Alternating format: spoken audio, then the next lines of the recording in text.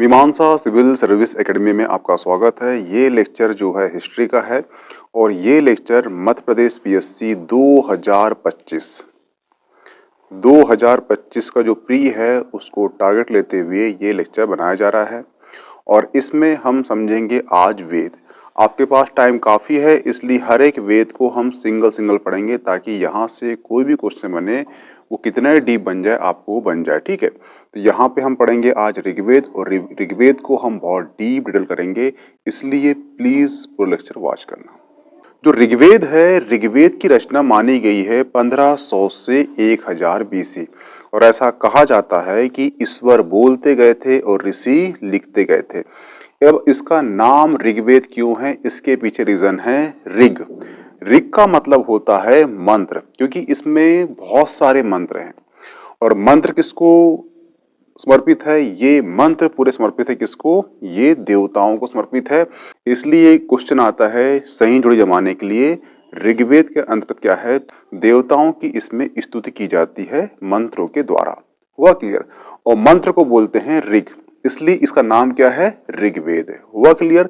इसमें जो मंत्र हैं वो हैं 1028 यानी कि 1028 मंत्र है और इस मंत्र में जो 250 मंत्र हैं वो इंद्र को समर्पित है। कहने का मतलब ये है कि सर्वाधिक मंत्र किसे समर्पित है, तो वो इंद्र को समर्पित है। कभी क्वेश्चन आएगा कि सर्वाधिक मंत्र किससे समर्पित है, तो वो इंद्र को समर्पित है।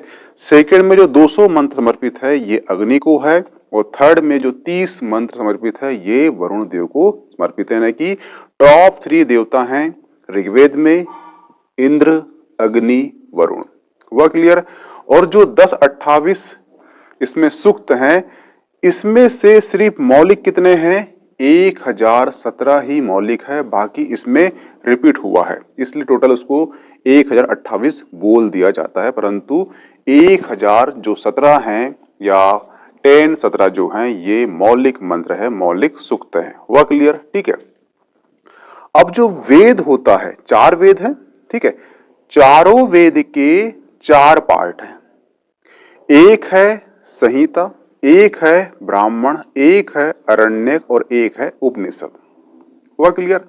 अब ऋग्वेद का ब्राह्मण, ऋग्वेद का अरण्यक, ऋग्वेद का उपनिषद ये क्या है और ये वेदांत क्या है ये समझ जाइए। जैसे कि ऋग्वेद में सारे मंत्र हैं, अब मंत्र हैं तो डिफिकल्ट होंगे तो इसलिए आप एक टीचर के पास जाओगे। जैसे कि मान लो पीएससी का सिलेबस, यूपीएससी का सिलेबस, अब सिलेबस बहुत बहुत बड़ा है, बहुत वास्ट है, तो आप इसके लिए क्या करते हो, कोचिंग लगाते हो।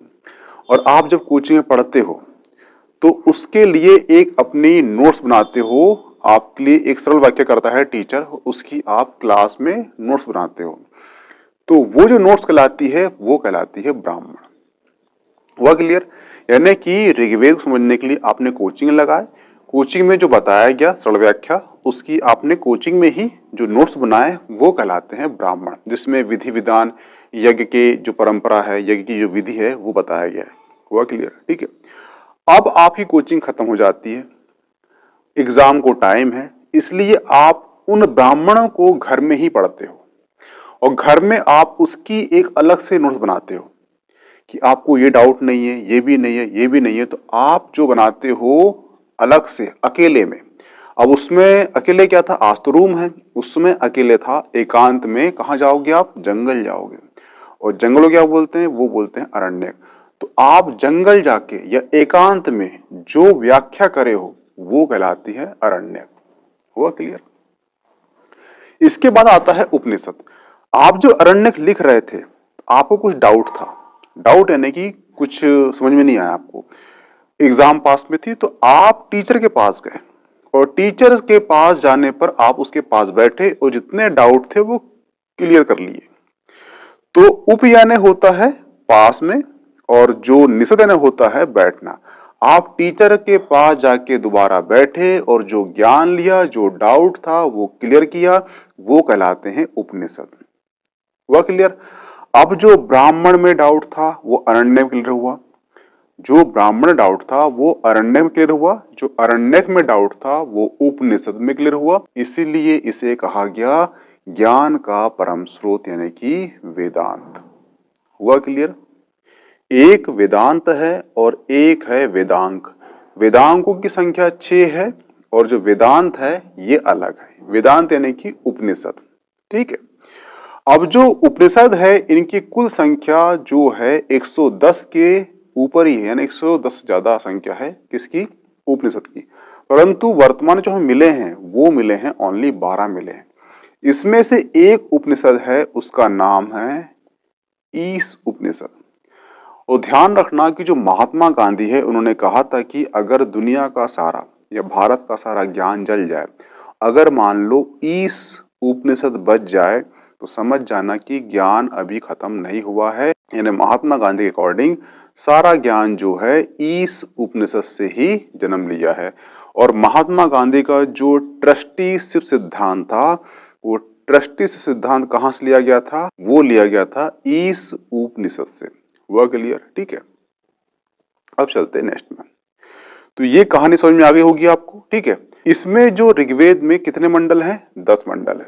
10 में जो पहला और जो 10वां मंडल है ये सबसे बाद में लिखे गए हैं, यानी सबसे नवीन मंडल है। इसमें जो दूसरा और जो 7वां मंडल है सबसे प्राचीन मंडल है। और इसमें जो दूसरा मंडल है ये सबसे छोटा मंडल है और सबसे बड़ा मंडल कौन सा है? वो 10वां मंडल है। तो ये आप भी फैक्ट याद रखना। आपसे क्वेश्चन पूछ सकता है कि ऐसा कौन सा मंडल है जिसकी रचना ऋग्वेद में नहीं की गई है, यानी उत्तर वैदिक में की गई है? तो वो पहला और 10वां मंडल है। इसे कैसे याद रखना? जो 10वां मंडल है उसमें दिया गया है पुरुष सूक्त। पुरुष सूक्त में बोला गया है कि जो मनुष्य के मस्तिष्क से ब्राह्मण पैदा हुए, क्षत्रिय पैदा हुए, वैश्य पैदा हुए, ठीक है, ये चारों वर्ण डिफाइन किया गया है। अब सिंपल से पता है आपको कि ऋग्वेद में वर्ण व्यवस्था नहीं थी। ये कहां से आई है? ये वर्ण व्यवस्था आई है कहां पर? ये आई है उत्तर वैदिक काल में, यानी कि जो पहला मंडल और जो 10वां मंडल है ये उत्तर वैदिक काल में इसकी रचना की गई है। हुआ क्लियर? ठीक है, ध्यान रखना कि पहला और 10वां मंडल सबसे नवीन मंडल है। सबसे प्राचीन पूछेगा तो 7वां और दूसरा, सबसे बड़ा पूछेगा 10वां, सबसे छोटा मंडल पूछेगा तो वो है दूसरा। हुआ क्लियर? ऋग्वेद में कितने मंडल हैं? तो 10 मंडल हैं। देखना, पहला मंडल और 10वां मंडल जो है इसकी रचना बाद में की गई है, यानी कि इससे नवीन मंडल है। अब क्वेश्चन पूछेगा आपसे कि सबसे प्राचीन मंडल कौन सा है? तो वो दूसरा और वो है 7वां मंडल। ठीक है, तीसरा मंडल जो है इसकी रचना विश्वामित्र ऋषि ने की है और इसी मंडल में हमें गायत्री मंत्र मिलता है। और गायत्री मंत्र समर्पित किसको है? ये सूर्य सविता को समर्पित है। हुआ क्लियर? तो कई बार क्वेश्चन पूछ चुका है कि किस मंडल में गायत्री मंत्र की रचना की गई है? तो वो विश्वामित्र ने की गई है। किसके द्वारा? तीसरे मंडल में की गई है, विश्वामित्र के द्वारा। जो दूसरा मंडल है उसकी जो रचना है वो रचनाकार कौन है? वो है गतसमद। और ध्यान रखना गतसमद ने ही शून्य का आविष्कार किया था। ध्यान रखना इसमें दो डिफरेंट है। ठीक है, एक है शून्य और एक है शून्यवाद। एक है अंक और एक है फिलॉसफी। ठीक है, अगर आपको पूछेगा शून्यवाद फिलॉसफी किसने दिया था तो वो गतसमद ऋषि ने दिए थे। ठीक है, परंतु शून्य अंक की बात करेगा तो वो कौन सा होगा? वो होगा आर्यभट्ट। हुआ क्लियर? पर आपसे क्वेश्चन ये आएगा कि शून्य का उल्लेख किस वेद में किया गया है? तो वो है यजुर्वेद में किया गया है, ऋग्वेद में नहीं किया गया है। ये याद रखना। ठीक है, जो 8वां मंडल है ये 8वां मंडल की रचना जो है महिलाओं द्वारा की गई है। तो ये आप याद रखना कि जो 8वां मंडल है उसकी रचना किसने की है? वो महिलाओं द्वारा की गई। इसमें की गार्गी, मैत्राणी, ठीक, अपाला, घोषा, लोपामुद्रा, सक्ता, निवारी।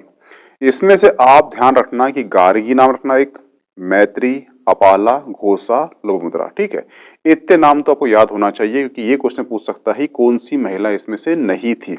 इसलिए याद रखना कि जो 8वां मंडल है इसकी रचना टोटल महिला द्वारा की गई है, जिसमें गार्गी है, मैत्राणी है, अपाला, घोषा, लोपामुद्रा, सक्ता, निवारी सब कुछ है। ठीक है, जो 9वां मंडल है, 9वां मंडल पूर्णतः समर्पित किसको है? वो भगवान सोम को समर्पित है।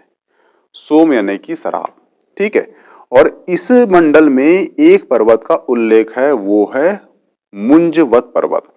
मुंजवत पर्वत यानी कि वर्तमान में क्या है, वो है हिमालय। यानी कि यहाँ पे हिमालय में या मुंजवत में उस समय कोई ताड़ का पेड़ होता रहा होगा, उससे शराब निकाली जाती रही होगी और शराब को ही सोम बोलते हैं। और उसका उल्लेख कहाँ किया गया है, उसका उल्लेख किया गया है 9वां मंडल में। ठीक है, जो 10वां मंडल है इसमें बात की गई है विशाल पुरुष की, और विशाल पुरुष से ही 4 वर्ण का उल्लेख बताया गया है। यानी कि सिंपल सी बात है, वर्ण व्यवस्था ऋग्वेद में नहीं थी। वर्ण व्यवस्था कहाँ पैदा हुई थी, वो उत्तर वैदिक काल में हुई थी। और जो नवीन मंडल है वो पहला और 10वां है।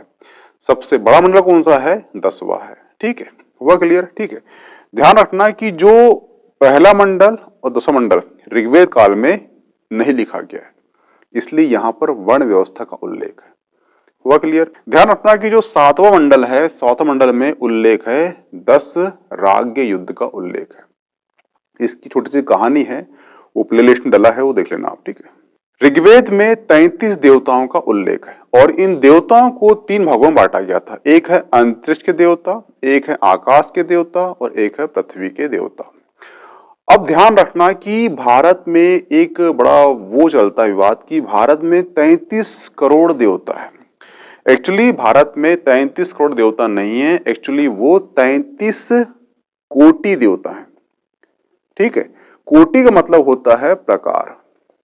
जैसे आप कहीं जाते हो, आप बोलते हो कि आपको कोटि कोटि प्रणाम, इसका मतलब होता है कि जितने प्रकार से प्रणाम हो सकते हैं आपको उतने प्रकार से प्रणाम। यानी कोटि का मतलब क्या है, यहाँ पर प्रकार। परंतु हमारे पास देश में, भारत देश में हम जिसे गुलाम थे वो थे ब्रिटिश गुलाम। ब्रिटिश मूर्ख थे, इस कोटि को उनने क्या पढ़ लिया, करोड़ पढ़ लिया। और जो करोड़ पढ़ लिया तो 33 कोटि थे वो 33 करोड़ हो गए और आज तक हम उसको 33 करोड़ ही गिन रहे हैं। और जो 33 देवता थे उनमें से 8 वसु थे, 11 रुद्र थे, 12 आदित्य, 1 इंद्र और 1 प्रजापति। इस प्रकार से ये 33 देवता होते हैं, 33 प्रकार के देवता, 33 कोटि बोला गया। हुआ क्लियर। आप देखना कि यहाँ पे 8 वसु है, 11 रुद्र है, 12 आदित्य है, 1 इंद्र है, 1 प्रजापति है। यहाँ पर ब्रह्मा का उल्लेख नहीं है। यानी कि जो ऋग्वेद है उसमें कहीं पर भी ब्रह्मा देवता का उल्लेख नहीं है। ये ध्यान रखना।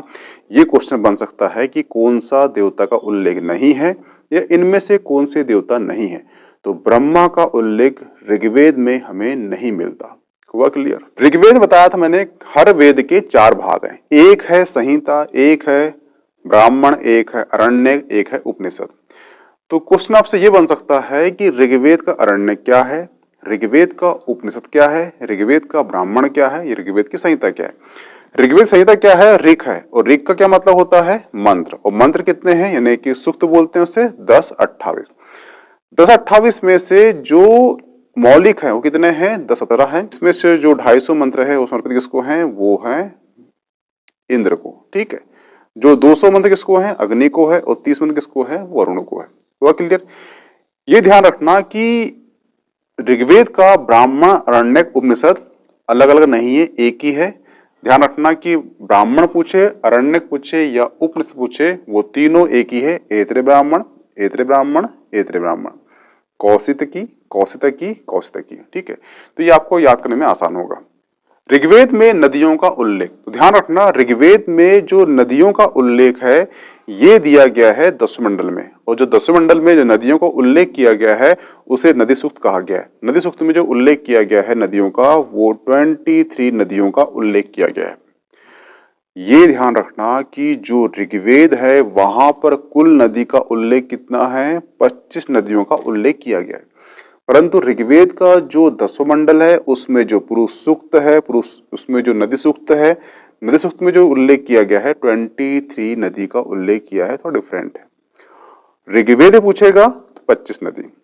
10वें मंडल में जो नदी सूक्त है, 10वें मंडल में जो नदी सूक्त है उसमें कितने उल्लेख किया गया है, 23। वह क्लियर है। इसमें जो ऋग्वेद में सर्वाधिक पवित्र नदी के बारे में उल्लेख किया गया है उसे बोला गया है सरस्वती। एक बार क्वेश्चन आ चुका है यूपीएससी या किसी यूपीएससी में, मातृत्व में देवीतमे ओनैतवे किसे कहा जाता है? तो ये किसे बोलते हैं? ये बोलते हैं सरस्वती नदी को बोलते हैं। सिंधु नदी किसे बोलते हैं? तो सिंधु नदी का मतलब यह है कि सर्वाधिक बार वर्णन किस नदी का उल्लेख हुआ है? तो वो कौन सी नदी है? सिंधु नदी। आपसे क्वेश्चन बनेगा यहाँ पर कि ऋग्वेद में सर्वाधिक बार किस नदी का उल्लेख किया गया है? तो वो है सिंधु नदी का। सर्वाधिक पवित्र पूछा, सर्वाधिक पवित्र पूछा, माता तमे पूछा, देवी तमा पूछा या नहीं तमे पूछा, तो ये किसका बारे में बता रहा है? वो बता रहे हैं सरस्वती नदी के बारे में। और जो ऋग्वेद में जो नदियां हैं इसका उल्लेख कहाँ किया गया है?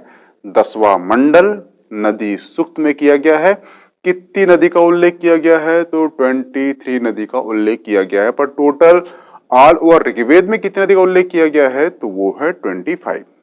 कल हमने समझा था ऋग्वेद और आज हम बात करेंगे यजुर्वेद की। तो पहला क्वेश्चन उठता है कि यजुर्वेद क्या है? तो ध्यान रखना, जो यजु है उसका मतलब होता है यज्ञ, यानी यजु का जो अर्थ होता है वो यज्ञ होता है। और जिस वेद में यज्ञ की विधि विधान के बारे में उल्लेख किया गया हो उसे कहते हैं यजुर्वेद। तो यहां से पहला क्वेश्चन ये आपका उठता है कि यज्ञ की विधि विधान का उल्लेख किस वेद में दिया गया है? तो उसका आंसर है यजुर्वेद। ठीक है। यजुर्वेद के दो पक्ष होते हैं, एक है कृष्ण पक्ष और एक है शुक्ल पक्ष। दूसरा क्वेश्चन आपको आएगा कि यजुर्वेद के कितने पक्ष हैं? दो पक्ष हैं। एक क्वेश्चन भी आ सकता है वो कि शुक्ल पक्ष या कृष्ण पक्ष जो है किस वेद के पक्ष हैं? तो ये यजुर्वेद के पक्ष हैं। और मैंने आपको जब ऋग्वेद पढ़ाया था तब बताया था कि हर एक वेद के 4 पार्ट होते हैं। एक है संहिता, एक है ब्राह्मण, एक है अरण्यक और एक है उपनिषद। हुआ क्लियर? ठीक है। तो अब क्वेश्चन यहां से ये उठेगा कि शुक्ल पक्ष का संहिता क्या है, शुक्ल पक्ष का उपनिषद क्या है, शुक्ल पक्ष का ब्राह्मण क्या है, या फिर कृष्ण पक्ष का संहिता, अरण्यक, उपनिषद क्या है। तो यहीं से क्वेश्चन उठेंगे, इसलिए इसी को ध्यान रखना। इसमें कुछ छोटे छोटे की पॉइंट है वो भी ध्यान रखना, क्योंकि वहां से क्वेश्चन आने संभावना है, क्योंकि आपको वेद जो है डिफाइंड किया है आपके नए सिलेबस में, तो थोड़ा डीप पढ़ना आपके लिए आवश्यक हो जाता है। ठीक है। पहला पढ़ते हैं हम कृष्ण पक्ष। कृष्ण पक्ष का संहिता क्या है? तो उसकी संहिता है तैत्तिरीय, कठक और मैत्राणी। कृष्ण पक्ष का जो अरण्यक क्या है? तो दो है, एक है तैत्तिरीय, एक है मैत्राणी। कृष्ण पक्ष का जो उपनिषद है वो क्या है? तो वो है कंठोपनिषद, श्वेताश्वर उपनिषद, तैत्तिरीय उपनिषद और मैत्राणी उपनिषद। और ध्यान रखना, जो कंठोपनिषद है यहां पर यम और नचिकेता का जो वाद विवाद संवाद है इसका उल्लेख मिलता है किसमें? कंठोपनिषद उपनिषद में। और ये क्वेश्चन जो है यूपीएससी में प्री में पूछ चुका है। हुआ क्लियर? तो आपसे क्वेश्चन ये पूछा कि यम और नचिकेता का उल्लेख किस उपनिषद में दिया गया है? तो उसका आंसर क्या है? कंठोपनिषद। हुआ क्लियर? ठीक है। एक और चीज याद रखना कि जो आपने वाक्य पढ़ा होगा पहले या सुना होगा डीडी न्यूज में कि सत्यम शिवम सुंदरम, ये वाक्य कहां पे उल्लेखित है? तो ये भी वाक्य जो है कंठोपनिषद में दिया गया है, सत्यम शिवम सुंदरम। कभी क्वेश्चन आपको यह आ जाए कि सत्यम शिवम सुंदरम किस उपनिषद का भाग है? तो वो है कंठोपनिषद। कंठोपनिषद जो है किस पक्ष का भाग है? कृष्ण या शुक्ल? तो कृष्ण पक्ष का भाग है। हुआ क्लियर? जो तैत्तिरीय उपनिषद है यहां पर उल्लेख है अतिथि देवो भव, यानी कि अतिथि जो होता है वो भगवान की तरह होता है। अतिथि का अर्थ होता है जो एक दिन की तिथि के लिए घर में आया हुआ हो उसे अतिथि कहते हैं, और वही भगवान की तरह होता है। और जो अतिथि देव भव जो वाक्य है ये उल्लेख कहां पर है? ये उल्लेख तैत्तिरीय उपनिषद में है। और तैत्तिरीय उपनिषद जो है कृष्ण पक्ष का भाग है, और कृष्ण पक्ष किसका भाग है? वो है यजुर्वेद का। हुआ क्लियर? जो यजुर्वेद का कृष्ण पक्ष है इसका जो ब्राह्मण है वो भी तैत्तिरीय है। हुआ क्लियर? यानी कि सिंपल सी बात यह है, अगर तैत्तिरीय आता है आपको, अगर ऑप्शन में कृष्ण पक्ष नहीं है, यजुर्वेद है तो यजुर लगाना, अगर यजुर्वेद नहीं है तो कृष्ण पक्ष लगाना। हुआ क्लियर? अब चलते हैं यजुर्वेद के कृष्ण पक्ष पर। जो कृष्ण पक्ष है उसका जो अरण्यक है वो है बृहदारण्यक अरण्यक, ठीक है। और जो शुक्ल पक्ष का जो संहिता है वो है बाजसनेयी संहिता। और शुक्ल पक्ष का जो ब्राह्मण है वो है सतपथ ब्राह्मण। और इसे आप वेरी वेरी इंपॉर्टेंट लगाकर टिक कर लो। क्यों? क्योंकि सतपथ ब्राह्मण, जितने भी ब्राह्मण हैं चारों वेद के, उसमें सबसे महत्वपूर्ण ब्राह्मण कोई है तो वो है सतपथ ब्राह्मण। ये तो पहली चीज हो गई। दूसरी चीज इसमें ये है कि जो अपने प्यारे मध्य प्रदेश में नर्मदा नदी है, नर्मदा नदी है, इसका एक नाम क्या है? रेवा है।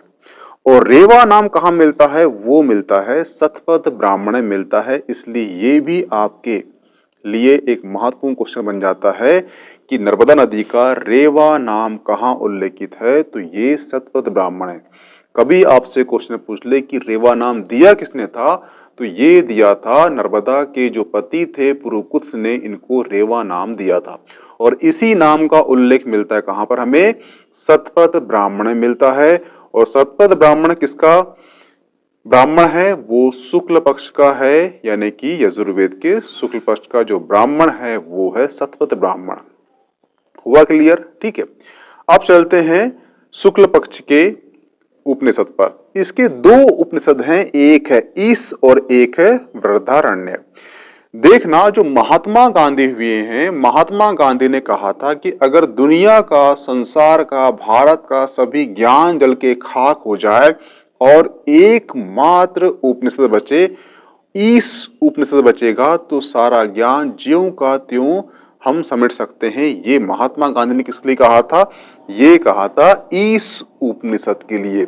और जो महात्मा गांधी का ट्रस्टीशिप सिद्धांत है, ये सिद्धांत भी इंस्पायर किससे है? वो है ईश उपनिषद में। ईश उपनिषद से ये इंस्पायर है। वह क्लियर? जो बृहदारण्यक उपनिषद है, यहां पर दो व्यक्ति के संवाद का उल्लेख है, गार्गी और याज्ञवल्क्य।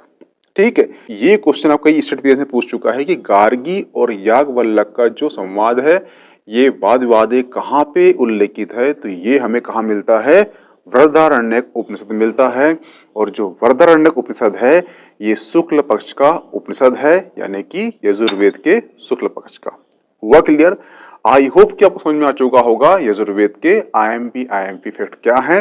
2025 के जो आपका प्री है एमपीएससी के लिए, उसके लिए महत्वपूर्ण है। इस लेक्चर में हम समझेंगे सूक्त क्या है, मंत्र क्या है, मंडल क्या है, ठीक है, वेद क्या है, संहिता क्या है, ब्राह्मण क्या है, अरण्यक क्या है। ठीक है, क्योंकि यहाँ पे होता है कंफ्यूज आपको कि वेद क्या है, संहिता क्या है, अथर्ववेद क्या है, सामवेद क्या है, यजुर्वेद क्या है, संहिता क्या है, ब्राह्मण क्या है, मंत्र क्या है, सूक्त क्या है, मंडल क्या है। ठीक है, तो देखना, वेद की शुरुआत होती है आर्यों से। आर्य आए और आर्यों ने ईश्वर की स्तुति या प्रार्थना के लिए उन्होंने मंत्र की रचना की। ठीक है, ऐसा माना जाता है।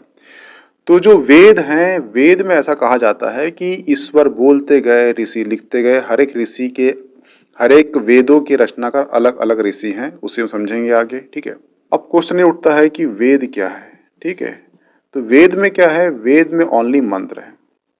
अब वेद में मंत्र थे, तो जो आर्यों ने जिस मंत्र की रचना की जिसमें कि ईश्वर की स्तुति या प्रार्थना की जाए, उसको अलग कर दिया गया। अलग करके उसे एक वेद में डाल दिया गया। और ये पहला वेद था जिसमें आर्यों ने अलग करके उसे एक वेद बना दिया गया। उसमें एक ही मंत्र रखे गए, और वो मंत्र कौन से थे? वो थे ईश्वर की स्तुति या प्रार्थना के लिए, और उसे कहा गया ऋग्वेद, क्योंकि ऋग का मतलब होता है मंत्र। हुआ क्लियर? आर्यों ने जो मंत्रों को एक समूह में डाल दिया जिसमें प्रार्थना के मंत्र थे, स्तुति के मंत्र थे, उसे कहा गया ऋग्वेद। हुआ क्लियर? अब ऐसे भी मंत्र थे कुछ थे जिसे कि गाया जा सकता था, और जो गाए जा सकने वाले मंत्र थे उस मंत्र को डाल दिया किसमें? सामवेद में। इसलिए संगीत के जनक के रूप में जाना जाता है किसे? सामवेद को। हुआ क्लियर? क्वेश्चन कई बार ये आता है कि संगीत का जनक किस वेद को कहते हैं? तो उसका आंसर है सामवेद।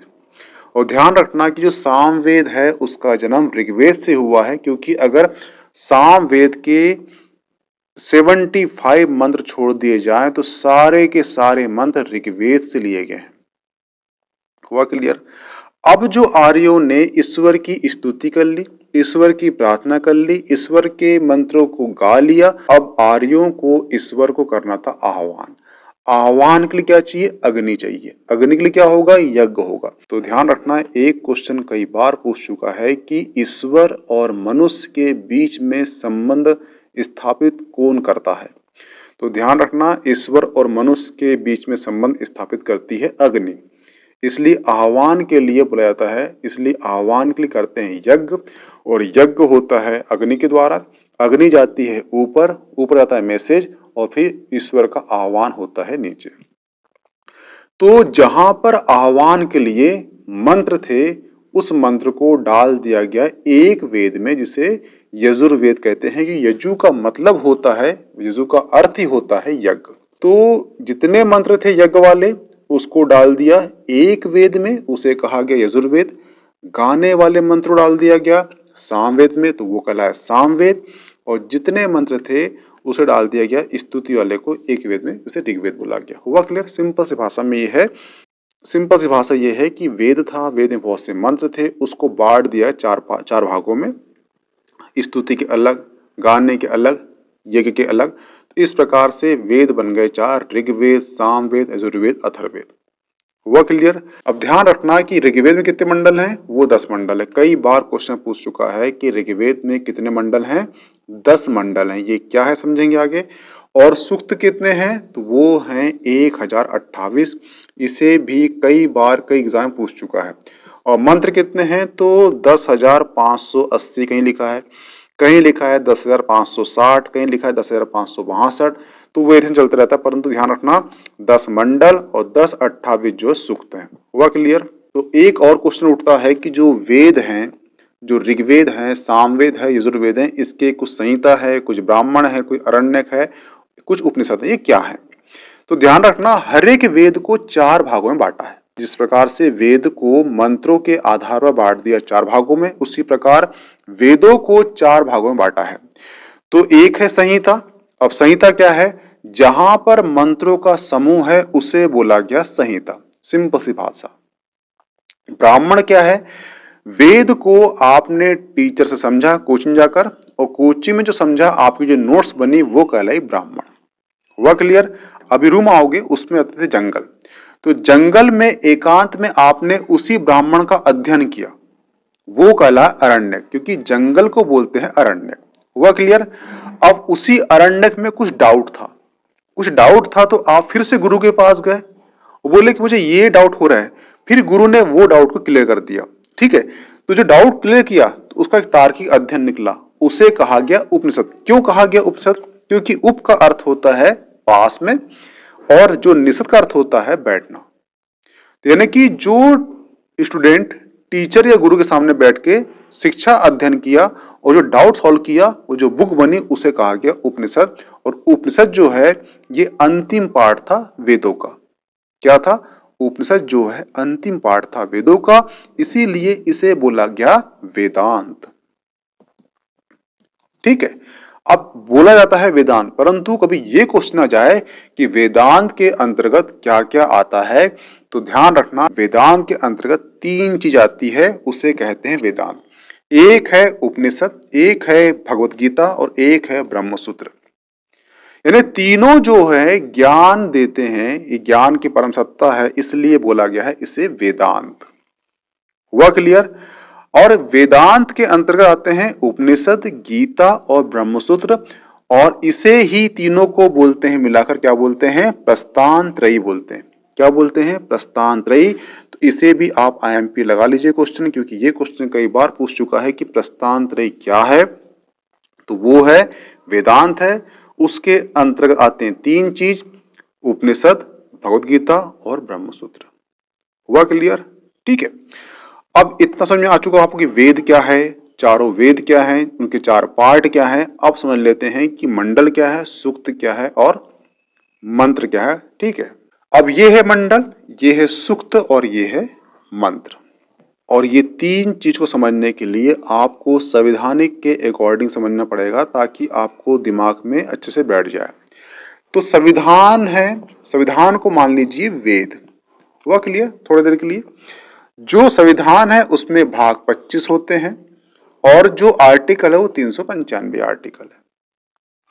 तो जैसे कि संविधान में 25 भाग है, उसमें से जो भाग 3 है ये मौलिक अधिकार का पार्ट है, यानी कि मौलिक अधिकार जितने भी मंत्र हैं, जितने भी आर्टिकल हैं वो भाग 3 में दिया गया है। यानी जो भाग हैं, मंडल यानी होता है भाग, सिंपल सी बात है। जो वेद के अंतर्गत मंडल दिए 10 मंडल, वो उसको भाग मान लो। तो कितने मंडल ऋग्वेद में? 10 मंडल है। हुआ क्लियर? क्लियर हो गई। अब जो भाग 3 है, भाग 3 में क्या दिया गया है? वहां दिया गया है मौलिक अधिकार। तो मौलिक अधिकार में जो 14 से लेकर 18 तक कौन सा अधिकार है? ये समानता का अधिकार है। जो 19 से लेकर 22 तक दिया है कौन सा? ये दिया गया है आजादी का अधिकार दिया है। और जो 23 और 24 में दिया गया बाल अधिकार दिया गया है। और जो 25 से लेकर 28-29 तक दिया गया है किसका? धार्मिक अधिकार, यानी धर्म का अधिकार दिया गया है। तो ये पार्ट बांट दिया गया। अब देखना, जो 14 से लेकर 18 तक क्या है? ये है समानता का अधिकार। देखना, भाग 3 के अंतर्गत दिया गया है मौलिक अधिकार, और मौलिक अधिकार के अंतर्गत आपको अधिकार बांट दिया गया है। एक होगा समानता का अधिकार, एक होगा धर्म का अधिकार, एक होगा आजादी का अधिकार। तो जो समानता का अधिकार है, इसमें जो आर्टिकल आ रहे हैं, जो समानता जो पार्ट है, इसे बोल दिया गया है सूक्त। हुआ क्लियर? क्योंकि यहां पर जो 14 से लेकर 18 तक के जो आर्टिकल हैं, ये आपके ओनली समानता के ही अधिकार के आर्टिकल हैं। यानी कि यहाँ पे एक समान मंत्रों के समूह को बोल दिया गया है सूक्त। हुआ क्लियर? इसे इस प्रकार समझिए कि जो ऋग्वेद है उसमें 10 मंडल है और 10वें मंडल में एक सूक्त है, उसे बोलते हैं नदी सूक्त। ठीक है। और नदी सूक्त में क्या होगा? जितनी भी नदी के संबंध में जितने मंत्र होंगे, उन मंत्रों के समूह को बोल दिया गया है नदी सूक्त। और ध्यान रखना, जो ऋग्वेद है उसमें 25 नदियों का उल्लेख है, और जो 10वां मंडल है ऋग्वेद का, उसमें जो नदी सूक्त है उसमें जो नदी का उल्लेख है वो 23 नदी का उल्लेख है। हुआ क्लियर? ध्यान रखना, इसका अंतर है। आल और ऋग्वेद पूछेगा तो 25 नदियों का उल्लेख है, और ओनली नदी सूक्त पूछेगा तो वहां 23 ही आंसर होगा। हुआ क्लियर? ठीक है। अब समझ में आ गया आपको कि सूक्त क्या है? सूक्त यानी एक समान मंत्र के समूह को सूक्त बोला गया। तो समानता का अधिकार के अंतर्गत आर्टिकल 14 आता है, आर्टिकल 15, आर्टिकल 16, आर्टिकल 17, आर्टिकल 18। तो जो आर्टिकल आ रहे हैं ये कहलाते हैं मंत्र, यानी कि जो आर्टिकल है वो मंत्र है। सिंपल सी भाषा में समझिए, वेद हो गए संविधान, संविधान में 25 भाग हैं तो वेद में 10 भाग हैं। संविधान में जो भाग के अंतर्गत जो समान अधिकार वाले एक आर्टिकल हैं, उसी प्रकार जो वेद हैं उसमें जो मंडल है, उस मंडल में जो एक समान के जो मंत्र हैं वो कहलाते हैं सूक्त, और सूक्त के अंतर्गत अलग अलग मंत्र दिए हुए उसे कहलाते हैं मंत्र, यानी कि वो हो गए आर्टिकल। हुआ क्लियर? तो संविधान के अकॉर्डिंग आपको समझ में आ चुका होगा कि मंडल क्या है, सूक्त क्या है और मंत्र क्या है। ठीक है। इसमें जो कहीं भी सी होगी वो आपके जो एमसीक्यू होगा उसमें पूरी हो जाएगी। तो आपको बस मोटा मोटा समझना है कि मंडल, सूक्त और मंत्र क्या है। ठीक है। इसके पहले हमने ऋग्वेद पढ़ चुका है, उसके बाद हमने यजुर्वेद पढ़ चुका है, और अब हम पढ़ेंगे सामवेद। तो सिंपल सी बात है कि सामवेद क्या है, यानी कि साम, इसका अर्थ क्या होता है? जो साम होता है, साम का अर्थ होता है गायन, यानी कि जो सामवेद है उसमें जो मंत्र हैं वो मंत्र वो हैं जो देवताओं की स्तुति में गाया जाता है। यानी कि जो जितने भी वेद हैं उसमें से जो मंत्र भगवान या ईश्वर की स्तुति में गाए जाते हैं, वो मंत्र को कहाँ डाला गया है? सामवेद में डाला गया है। इसलिए इसका जो नाम है वो सामवेद है। इसमें 27 अध्याय हैं और 1875 जो इसके मंत्र हैं। और ध्यान रखना, इसमें सिर्फ 75 मंत्र को छोड़ दिया जाए तो सभी के सभी ऋग्वेद से लिया गया है, यानी कि ऋग्वेद से ही उत्पत्ति हुई है सामवेद की। हुआ क्लियर? और इसमें जो 17 मंत्र हैं वो यजुर्वेद और अथर्ववेद के पाए जाते हैं। अब बात यह है कि जो सामवेद है इसके प्रमुख देवता कौन है, तो वो हैं देवता सूर्य। और ऐसा बिल्कुल नहीं है कि इस वेद में ओनली सूर्य की ही स्तुति की गई है, कहीं कहीं पर इंद्र और सोम का भी हमें वर्णन मिलता है। ये फैक्ट आप आईएमपी कर लेना, क्योंकि जो सामवेद है उसको भारतीय संगीत का जनक कहा जाता है, यानी कि भारतीय संगीत की सबसे प्राचीनतम पुस्तक कौन सी है, तो वो है सामवेद। इसीलिए इसे भारतीय संगीत का जनक कहा जाता है। और इस सामवेद में जो ऋचाएं हैं, जो मंत्र हैं, जो गाता है, उसे कहते हैं उद्गाता। यानी कि क्वेश्चन आपको ये आएगा कि सामवेद के जो ऋचाएं हैं, जो पुरोहित हैं, जो गाते हैं मंत्र को, उसे क्या कहते हैं, तो उसे कहते हैं उद्गाता। हुआ क्लियर? जो सामवेद है, सामवेद के जो प्रथम दृष्टा कौन है, तो वो है जैनमी। अब क्वेश्चन ये उठता है कि जैनमी कौन है, तो जैनमी जो हैं वो वेद व्यास के शिष्य हैं। और सबसे महत्वपूर्ण जो फैक्ट है वो है इसका जो उपनिषद है वो छांदोग्य है। ये इम्पोर्टेंट क्यों है? क्योंकि इसी में पहली बार कृष्ण का उल्लेख देवकी के पुत्र और घोड़ा अंगिरा के शिष्य के रूप में हुआ है। और एक चीज याद रखना कि जो छांदोग्य उपनिषद है इसका जो चौथा अध्याय है, चौथा अध्याय में सत्यकाम और जबाल की कहानी मिलती है। तो ये क्वेश्चन यूपीएससी लायक का है कि सत्यकाम और जबाली कहानी कहाँ मिलती है, तो ये छांदोग्य उपनिषद में मिलती है। और जो छांदोग्य उपनिषद है ये सामवेद का उपनिषद है। हुआ क्लियर? और एक चीज इसमें एक वाक्य मिलता है और वो वाक्य है तत्व त्वम मसी असी। तत्व तुम असी, इसका मतलब होता है कि वह ब्रह्म तुम ही हो। और ये वाक्य कहाँ लिखा है? ये वाक्य लिखा है सबरीमाला का जो मंदिर है केरल में, वहां पे लिखा है। और आपको याद होगा कुछ साल पहले सबरीमाला के मंदिर में जो महिलाओं की एंट्री के लिए वहां पे इसका विरोध हुआ था। अब क्वेश्चन ये उठता है कि सबरीमाला में महिलाओं को एंट्री क्यों नहीं दी गई थी, तो उसका कारण है महिलाओं को एंट्री इसलिए नहीं दी गई थी क्योंकि वहां पे जो भगवान है वो है भगवान अयप्पा। और भगवान अयप्पा जो है भगवान शंकर के पुत्र हैं। और भगवान अयप्पा जो है आजीवन ब्रह्मचर्य रहे थे, इसी कारण से सबरीमाला में जो महिलाओं की एंट्री रोकी गई थी। ठीक है, ये कहानी मैं इसलिए बताया हूं क्योंकि कभी ये क्वेश्चन उठ गया कि तत्व तुम असी किस मंदिर की फ्रंट लाइन पे लिखा है, तो वो लिखा है सबरीमाला के मंदिर में। या कभी इसका अर्थ पूछ लिया तो वो है वह ब्रह्म तुम ही हो। जैसे कि अहम ब्रह्मास्मि दिया था किसने? शंकराचार्य ने। तो उसी प्रकार इसका मतलब होता है कि वह ब्रह्म तुम ही हो, यानी कि वही तुम ब्रह्म हो। ठीक है, हुआ क्लियर? मैं आपको पहले ही बता चुका हूं कि हर वेद के 4 पार्ट होते हैं। एक है संहिता, एक है ब्राह्मण, एक है अरण्यक, एक है उपनिषद। तो क्वेश्चन यहाँ से उठेंगे कि सामवेद का संहिता क्या है, सामवेद की ब्राह्मण क्या है, सामवेद का अरण्यक क्या है, सामवेद का उपनिषद क्या है। तो ध्यान रखना जो सामवेद की जो संहिता है वो सम है। सम में जितने भी यहाँ पे मंत्र हैं, मंत्रों का जो समूह है उसे साम कहा गया। साम इसलिए कहा गया कि इसे गाया जा सकता है, इसलिए श्याम कहा गया। हुआ क्लियर? इसका जो ब्राह्मण है वो है पंचविश और जैमिनी। इसके जो अरण्यक है और जो उपनिषद है ये दोनों सेम है, छांदोग्य जैनमी, छांदोग्य जैनमी। ठीक है, तो आपसे क्वेश्चन पूछेगा कि भगवान श्री कृष्ण का उल्लेख किस उपनिषद में मिलता है, तो उसका आंसर है छांदोग्य उपनिषद। और छांदोग्य जो उपनिषद है किसका उपनिषद है, तो ये सामवेद का उपनिषद है। तो यहाँ पर जो है सामवेद समाप्त होता है। इसके पहले हमने समझ चुके हैं ऋग्वेद, उसके बाद समझ चुके हमने यजुर्वेद, उसके बाद सामवेद, और ये अंतिम और चौथा वेद है अथर्ववेद। अथर्ववेद में जो कुल खंड है वो 20 है और मंत्र हैं 7260। ये उतना इम्पोर्टेंट नहीं है, आपको याद रखना है कि जो इसके रचनाकार हैं उनका नाम है अथर्व या अंगिरस, इसलिए इस वेद को बोलते हैं अथर्ववेद। क्या नाम है? अथर्व या अंगिरस।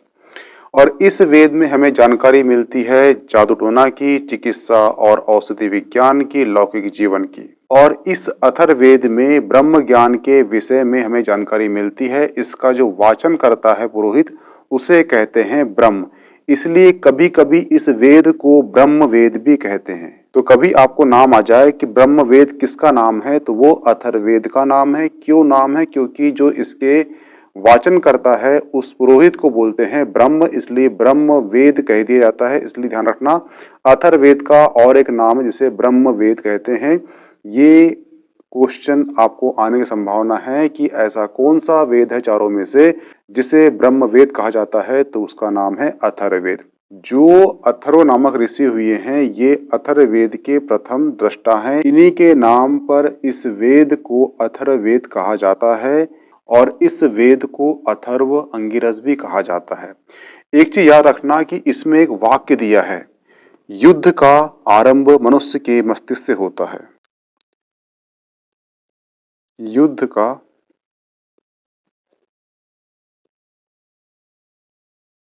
प्रारंभ मनुष्य के मस्तिष्क से होता है। तो कभी आपको क्वेश्चन आ जाए कि युद्ध का प्रारंभ मनुष्य के मस्तिष्क में होता है, यह वाक्य किस वेद में दिया गया है, तो वो वेद है अथर्ववेद। ये ध्यान रखना, ठीक है। एक और वाक्य इसमें दिया गया है और वो भारत का राष्ट्रीय आदर्श वाक्य है और यह वाक्य है सत्यमेव जयते। और इस वाक्य का उल्लेख हमें मिलता है अथर्ववेद का जो उपनिषद है उसमें मिलता है और उस उपनिषद का नाम है मुंडक उपनिषद। एक फैक्ट याद रखना कि जो मुंडक उपनिषद है उसमें यज्ञों की तुलना टूटी हुई नाव से की गई है। तो एक बार यूपीएससी हो या उत्तर प्रदेश पीएससी हो या स्टेट पीएससी हो, वहां पूछ चुका है कि यज्ञों की तुलना टूटी हुई नाव से की गई है, इसका उल्लेख किस उपनिषद में दिया गया है, तो वो है मुंडक उपनिषद। और जो मुंडक उपनिषद है ये किसका उपनिषद है, तो वो है अथर्ववेद का। और मुंडक उपनिषद से ही भारत का राष्ट्रीय आदर्श वाक्य लिया गया है और वो वाक्य है सत्यमेव जयते। और मैंने आपको पहले ही बता चुका हूं कि हर वेद के 4 भाग होते हैं, ठीक है। एक है संहिता, एक है ब्राह्मण, एक है अरण्यक, एक है उपनिषद। तो जो अथर्ववेद की संहिता है वो है अथर्व, जो अथर्ववेद का ब्राह्मण है वो है गोपद। ये इसे आईएमपी लगा लो, ठीक है। अरण्यक और जो अथर्ववेद का जो अरण्यक है, ध्यान रखना इसका कोई भी अरण्यक नहीं है। चारों वेदों में जो अथर्ववेद है उसका कोई भी अरण्यक नहीं है, ये ध्यान रखना, ठीक है। जो अथर्ववेद का जो उपनिषद है वो है मुंडक उपनिषद या मांडुक्य उपनिषद और इसी में दिया गया है सत्यमेव जयते और इसी में यज्ञ की तुलना की गई है टूटी हुई नाव से। तो ध्यान रखना, जो अथर्ववेद का उपनिषद है ये काफी आपके लिए आईएमपी हो जाता है, क्योंकि यहाँ से ही भारत का राष्ट्रीय आदर्श वाक्य सत्यमेव जयते लिया गया है और इसी उपनिषद में यज्ञों की तुलना टूटी हुई नाव से की गई है और ये क्वेश्चन में भी यूपीएससी में पूछ चुका है प्री में। हुआ क्लियर? तो ध्यान रखना। देखना, जो वेदों का समस्त ज्ञान है उस पे आधारित कुछ शाखाएं निकली है जिसे वेदों के उपवेद के नाम से जाना जाता है। यानी कि जो 4 वेद है, 4 वेद के आधार पर ही कुछ शाखा निकली और उस शाखा को बोलते हैं उपवेद। तो ये क्वेश्चन पूछता है कि ऋग्वेद का उपवेद कौन सा है, यजुर्वेद का उपवेद कौन सा है। तो इस प्रकार से आपको याद रखना है कि ये वेद हैं और ये वेद के क्या हैं, ये वेद के उपवेद के। तो ऋग्वेद का उपवेद क्या है, वो है आयुर्वेद। यजुर्वेद का उपवेद क्या है, तो वो है धनुर्वेद। जो सामवेद का उपवेद क्या है, तो वो है गंधर्ववेद। और जो अथर्ववेद का उपवेद क्या है, तो शिल्प वेद है। यानी कि क्या है, जो वेद हैं उसके समस्त ज्ञान पर आधारित वे शाखाएं जो वेदों से उत्पत्ति हुई है उसे उपवेद कहते हैं। और 4 वेद हैं और चारों के 4 उपवेद हैं। ऋग्वेद का आयुर्वेद, यजुर्वेद का धनुर्वेद, सामवेद का गंधर्ववेद और अथर्ववेद का शिल्पवेद। तो ये आपको चारों पॉइंट याद होना चाहिए। यहाँ पर आपका जो अथर्ववेद समाप्त होता है, यानी चारों वेद आपके समाप्त हो चुके हैं। इसके बाद हम सीरीज लाएंगे इन चारों वेद पे जो आधारित जो यूपीएससी पीएससी में क्वेश्चन पूछ चुका है उसे हम एक बार देख लेंगे। तो आपका जो 2025 का मध्य प्रदेश पीएससी होने वाला है, उसके जो प्री क्वेश्चन हैं, वो कहीं से भी बाहर नहीं जाएँगे। मिलते हैं नेक्स्ट लेक्चर में। Okay, thanks.